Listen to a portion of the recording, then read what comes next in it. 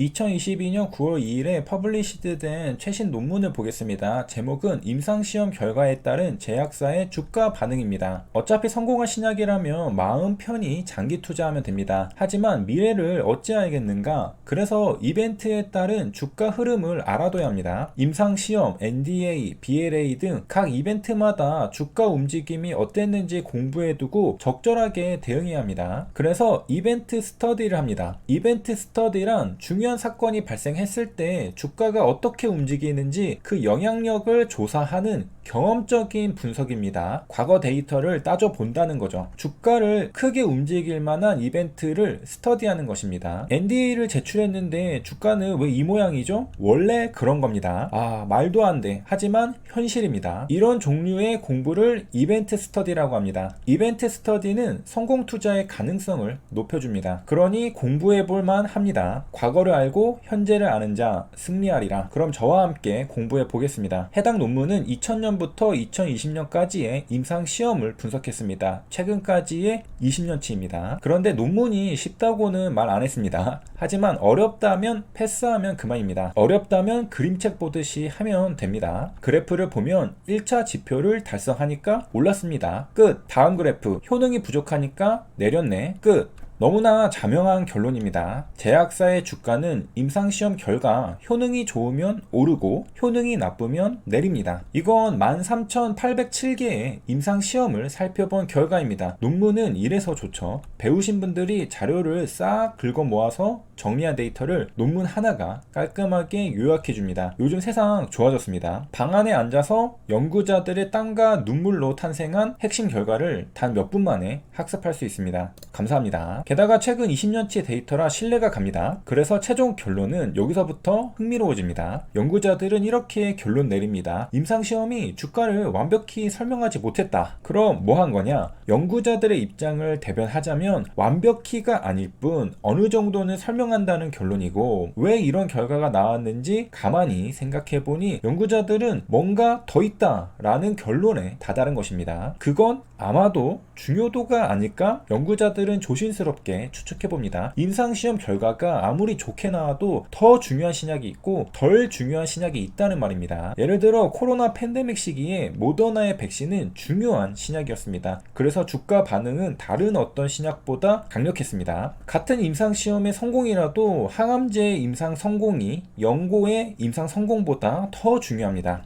저 나름대로 기준을 정해보면 성공했다는 소식을 들었을 때 가슴이 두근두근 뛰면 중요한 신약입니다. 시큰둥하면 덜 중요하고요. 그리고 내 가슴이 두근두근 하면 다른 사람도 가슴이 두근두근 하고 따라서 뉴스도 많이 나올 것입니다. 대서특필, 코로나 백신 개발 성공, 면역항암제 개발 성공, 이런 식으로 말이죠. 그리고 사람들이 굉장히 관심을 많이 보일 것입니다. 그래서 연구자들은 신약의 중요도, 임포턴스는 뉴스 기사로 잡아낼 수 있을 것이라고 추측하면서 향후 연구과제를 남겨두고 결론을 마칩니다. 이렇게 해서 논문 하나를 살펴보았고요. 요즘 미국 부채 한도 협상에 대한 말이 많습니다. 도대체 미국 부채 한도가 뭐길래 부채 한도 협상이 6월까지 안 되면 미국은 디폴트에 빠질 수 있다고 합니다. 어느 정부 상관없이 미국 부채는 꾸준히 증가해 왔습니다. 자료는 1980년대부터 2020년대까지의 그래프입니다. 현재 초강대국인 미국은 달러를 찍어내는 기축 통화국이기 때문에 절대 디폴트가 없었을 것 같지만 과거의 미국은 디폴트를 4번이나 한 적이 있습니다. 모두 1930년대 전입니다. 지금보다는 위세가 약한 시기엔 미국도 디폴트 했습니다. 가장 최근엔 1979년에 디폴트 했지만 이 경우도 일시적 기술적 디폴트였다고 합니다. 미국 디폴트 이야기는 2023년에만 등장한 화두는 아닙니다. 2011년에도 미국은 디폴트 위기라고 했습니다. 왜? 미국 파산은 재미있는 떡밥이기 때문입니다. 초강대국이 멸망한다? 이보다 재미있는 스토리는 없죠. 로마 제국의 흥망성쇠, 대영 제국의 흥망성쇠, 그리고 초강대국의 흥망성쇠. 듣기만 해도 흥미로운 주제죠. 2011년도에는 부채 한도 협상을 이유로 미국 디폴트 이야기가 나왔습니다. 역사는 반복되는 것 같죠? 2011년도에는 오바마 대통령 임기 시절입니다. 공교롭게도 오바마 대통령과 바이든 대통령 임기 시절에 미국 디폴트 이야기가 나왔습니다. 우연한 10번의 1층인가? 뭔가 비슷한 패턴이 있는 것 같긴 하죠. 그렇다면 좀 더 과거로 올라가서 아마 성향 차이가 아닐까 싶은데, 돈을 좀 더 쓰길 좋아하는 사람들과 돈을 아끼고 싶어하는 사람들의 차이가 아닐까 싶긴 합니다. 그렇다면 좀 더 과거로 거슬러 올라가서 1979년에는 무슨 일이 있었는가? 1979년에는 1200억 원에 달하는 국채 상환이 늦어진 적이 있었습니다. 상환을 못한 건 아니고 늦어졌습니다. 그랬더니 채권 투자자들은 집단 소송을 제기했었던 사건이 있었습니다. 이런 식으로 국채 상환이 지연되면 어떻게 되나 뻔하죠. 금리가 뜁니다. 0.5%포인트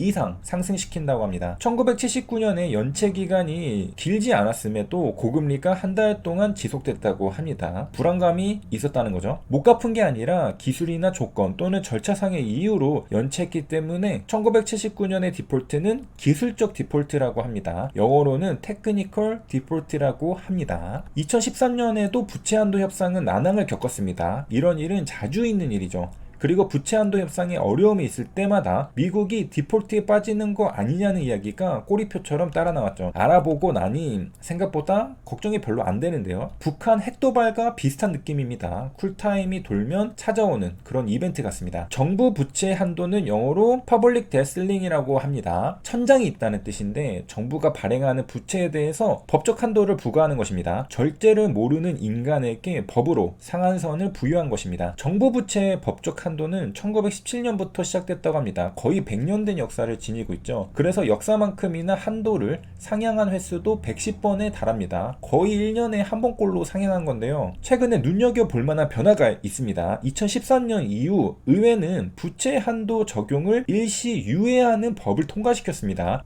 이거 위험해 보이는데, 일시적으로 브레이크를 빼버리면 그대로 질주해버릴 수 있죠. 리만 브라더스 사태가 괜히 벌어지는 게 아닙니다. 이유가 있어서 규제한 걸 시간이 지나 안일해진 마음으로 다시 규제를 풀었을 때 문제가 발생합니다. 판도라의 상자를 여는 거죠. 무언가를 막아놓고 금지했을 때는 이유가 있는 겁니다. 그런데 그거를 풀었다? 역시 이번 코로나 팬데믹 시기에 미국의 정부 부채가 급격하게 증가했습니다. 회색 구간은 부채 한도 적용 중단 구간입니다. 그러니까 코로나 팬데믹이 터지자 부채 한도를 일시적으로 중단시키고 급격하게 정부 부채가 증가했습니다. 코로나 팬데믹은 경제가 어려운 시기라 재정 지출을 늘려서 사람들을 도와줘야 한다는 대의 명분은 확실히 갖춰진 상태였기 때문에 정부 부채가 늘어나는 걸 막을 사람은 별로 없었습니다. 게다가 법적 한도 또한 없었기 때문에 정말로 막을 게 없었죠. 사람들도 막지 못하고 법으로도 막지 못했습니다. 그렇게 미국의 정부 부채는 급격히 증가했습니다. 브레이크 없이 그냥 달렸죠. 여기까지 미국 정부 부채에 대해 알아봤습니다. 제 생각은 다음과 같은데요. 미국이기 때문에 별 문제는 없겠다만 급격히 늘어난 정부 부채는 부담이 좀 될 듯 싶습니다. 그 다음은 걱정을 없애는 방법에 대해서 좀 알아보려고 하는데요. 저는 좋아요가 100%여도 혹시나 악플이 달리지는 않았을까 걱정하면서 노심초사합니다. 이러다가는 정말 노이로제에 걸려버리겠습니다. 이미 걸린 건지도 모르죠. 저는 걱정이 너무 많습니다. 심지어 잘 되고 있는데도 혹시 안 되면 어쩌지? 이러고 있습니다. 도대체 왜 그러는가? 고지능자는 남들보다 예측하는 게 많아서 더 걱정이 많다는 이야기를 들었습니다. 처음 들었을 때는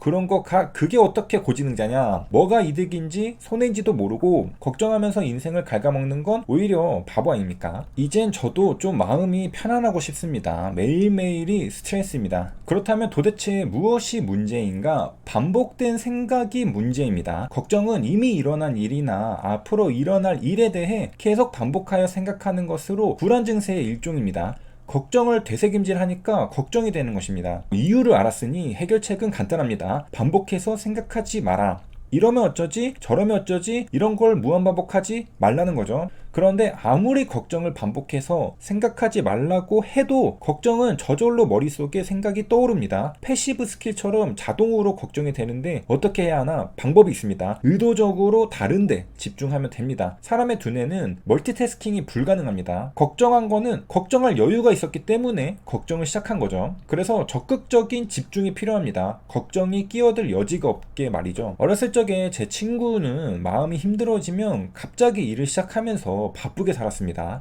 만화책방 아르바이트를 시작하면서 저에게 바쁘게 살면 마음이 괜찮아진다고 했었죠. 그 당시 저는 머릿속에 물음표를 띄웠습니다. 제 상식에 반하는 말이었기 때문이었습니다. 아니 몸이 편해야 마음이 편한 거 아닌가? 자질구레한 일들을 하면서 몸을 고생시키는 게 더 낫다고? 저는 이해할 수 없었습니다. 그리고 적잖이 충격을 받았기 때문에 그 당시의 기억이 머릿속에 아직도 톡톡히 박혀 있습니다. 아직도 잊을 수 없는 기억입니다. 그리고 시간이 지나면서 어렸을 적부터 힘든 시간들을 보냈던 그 친구는 삶의 지혜를 일찍 깨달았다는 걸 점차 깨닫게 되었습니다. 어떻게 그 어린 나이에 그런 생각까지 도달했을까? 한편으로는 얼마나 힘들었을지 마음이 아픕니다. 얼마나 힘들었으면 살기 위해 발버둥 치다가 자연스럽게 깨닫게 되었을까? 이후로 저도 인생의 힘든 시절이 오면 그 친구의 말이 떠올라서 실제로 바쁘게 살아본 적이 있습니다. 결심하기는 어렵지만 막상 실행하면 걱정은 사라진다는 걸 체험했고 아이러니한 인생의 진리를 깨닫게 되었습니다. 정신없이 열심히 바쁘게 살면 걱정할 틈이 없습니다. 생각해보니 최근에 저는 맨날 침대에 누워있으니까 할 일 없이 걱정만 했나 봅니다. 아마 인생의 절반은 침대에서 보낸 것 같습니다. 시간이 아깝지 않냐고요? 저는 행복했는데요. 그런데 동시에 걱정도 많이 했던 것 같습니다. 누워서 걱정만 하다가 시간을 다 보내고 걱정에 익숙해지면 다시 행복한 게으름을 피웠던 것 같습니다. 그러나 언제까지 한심하게 살 수는 없는 노릇이죠. 그리고 걱정을 이젠 더 이상 하고 싶지 않습니다. 제가 효과를 본 방법은 결국 이거 하나입니다. 바쁘게 사는 것이 마음의 평안을 줍니다. 인생의 아이러니가 아닐 수 없습니다. 문제는 바쁘게 살기로 결심하는 게 어렵다는 거죠. 마음은 걱정하면서 몸은 편하게 살 거냐, 몸은 힘들어도 마음은 편할 거냐, 뭐가 더 나을까 선택하기 쉽진 않긴 합니다. 그러나 답은 정해져 있는 것 같긴 하죠. 여러분 걱정이 되나요? 바쁘게 살면 걱정할 틈이 없습니다. 이제 바쁘게 살기만 하면 됩니다. 지금 실천해야 합니다. 이렇게 해서 이번 시간에도 긴 영상 시청해 주셔서 감사합니다. 현재 유안타증권과 빅토리 주식TV는 스타벅스 이벤트를 하고 있습니다. 유안타증권 MTS에서 뱅킹 업무에 제휴 컨텐츠에 빅토리 주식TV를 신청하고 100만원 잔고를 6월 30일까지 유지하시면 스타벅스 쿠폰을 드립니다. 그리고 메인 서비스인 종목 추천을 무료로 받아보실 수 있으십니다. 여기까지 시청해주셔서 감사합니다.